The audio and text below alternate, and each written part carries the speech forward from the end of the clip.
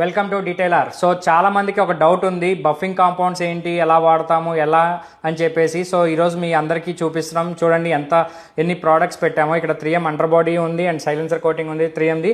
And ఇది వచ్చేసి white cap step 1 అండి, స్టెప్ 2, స్టెప్ 3. ఈ 3 స్టెప్స్ పెయింట్ కరెక్షన్ అనేది చేసుకుంటాం అనమాట. మీరు ప్రతిదీ చూస్తే కనుక సెయింట్ గోబిన్ అనమాట. సో ప్రతిదీ కూడా సెయింట్ గోబిన్ ప్రోడక్టే మేము బఫింగ్కి వాడుతున్నాము అండ్ అంటే పెయింట్ కరెక్షన్కి వాడుతున్నాము. At the same time ceramic coating అయితే సెరమిక్ సెయింట్ గోబిన్ వాడుతున్నాము అండ్ గ్రాఫిన్ కోటింగ్ కూడా సెయింట్ గోబిన్ వాడుతున్నాము. సో బఫింగ్ కాంపౌండ్స్ అంటే చాలా మందికి ఏదో చేయడం వల్ల వస్తుంది అనుకుంటారు. సెరమిక్ అప్లై చేయడం వల్ల గ్లాసీనెస్ రాదండి. సెరమిక్కి ముందు ఈ బఫింగ్ అనేది చేసుకోవాలి. అంటే మీరు మన నెయిల్ మార్క్స్ కానివ్వండి, లేకపోతే మన స్విల్ మార్క్స్ కానివ్వండి, లేదంటే మైనస్ స్క్రాచెస్ అన్నీ కూడా ఈ కాంపౌండ్స్ యూస్ చేసి రిమూవ్ చేస్తాం అనమాట.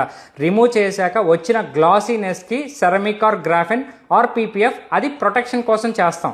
అంటే సెరమిక్ కోటింగ్ అయితే కలర్ ఎన్హాన్స్ కోసం చేస్తాము. సేమ్ గ్రాఫిన్లో ఏంటంటే డబుల్ థిక్నెస్ లేయర్ ఉంటుంది అండ్ ఎక్స్ట్రా గ్లాసీనెస్ ఉంటుంది. అండ్ పీపీఎఫ్ వచ్చేసి పెయింట్ ప్రొటెక్షన్ ఫిలిం అనమాట. సో ఈ బఫింగ్ అనేది ప్రాపర్గా చేయకుండా పీపీఎఫ్ వేసినా సరే మీకు పీల్ ఆఫ్ అవుతుంది అనమాట. పెయింట్ వచ్చేసేది ప్రాబ్లం మీరు చూస్తూ ఉంటారు వీడియోస్.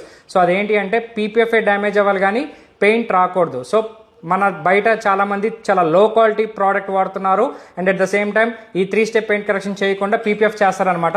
దీనివల్ల మీకు పెయింట్తో పాటు అంటే పీపీఎఫ్తో పాటు పీల్ ఆఫ్ అయిపోతుంది పెయింట్. సో ప్లీజ్ మీరు అడగండి ఏం ప్రోడక్ట్ వాడుతున్నారు, ఎన్ని స్టెప్స్ కరెక్షన్ చేస్తున్నారు అని మీరు ప్రతి ఒక్కరిని క్వశ్చన్ చేయండి. అప్పుడు మీకు క్లారిటీగా ఉంటుంది. మీకు నమ్మకం కలిగితే అప్పుడే మీ కార్ని హ్యాండ్ ఓవర్ చేయండి. ఎందుకంటే కార్ అనేది emotion, it's not just a thing. So please be careful. Thank you.